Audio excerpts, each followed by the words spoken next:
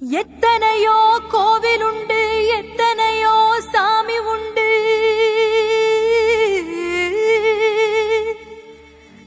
ஏன் ஜாமி நீருக்க கோவில் தேடி போனதில்ல. கையெடுத்து கும்பிட்டு நான் உன்கிட்டயே வேண்டிக்கிறேன். மெல்ல உயிர் பொழைச்சு வா அம்மா, ஏன் அம்மா எழுந்திருச்சு வாம்மா.